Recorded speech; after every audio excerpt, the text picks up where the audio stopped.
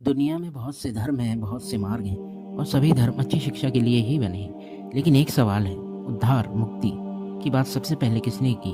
किसने बताया उद्धार और मुक्ति का मार्ग? लगभग हर जगह इंसान को यही सिखाया जाता है, अच्छे कर्म करो, सुधर जाओ। लेकिन एक बात पर ज़्यादा चर्चा नहीं होती कि अगर इंसान खुद को सुधार ही ना पाए तो, और यदि यह काम इतना आसान होता तो हर इंसान सुधर जाता। पर हकीकत में ऐसा है नहीं। यह काम आसान नहीं है और इंसान स्वयं से कभी खुद को सुधार ही नहीं सकता। और यहीं पर बाइबल एक अलग बात कहती है, उद्धार को कर्म नहीं बल्कि एक ज़रूरत बताया गया। और यही वह जगह है जहाँ यीशु का नाम सबसे पहले आता है। आखिर क्यों लोग सिर्फ इस संसार और इस संसार में रहने की शिक्षा देते हैं? आखिर क्यों लोग मृत्यु के बाद की बात नहीं करते?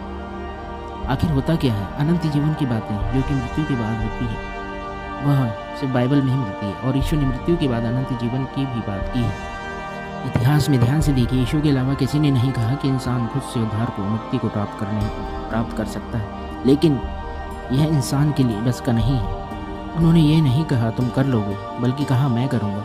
इसलिए बाइबल में यह शिक्षा नहीं, एक वादा है। और यह वादा कर्म से नहीं बल्कि उनके जीवन और बलिदान से जुड़ा है। तो एक सवाल आपसे, यदि इंसान पाप करे तो उसकी क्षमा कैसे मिलेगी? कौन पापों को धो सकता है? और पाप क्षमा हुए ही नहीं तो क्या उद्धार और मुक्ति संभव है?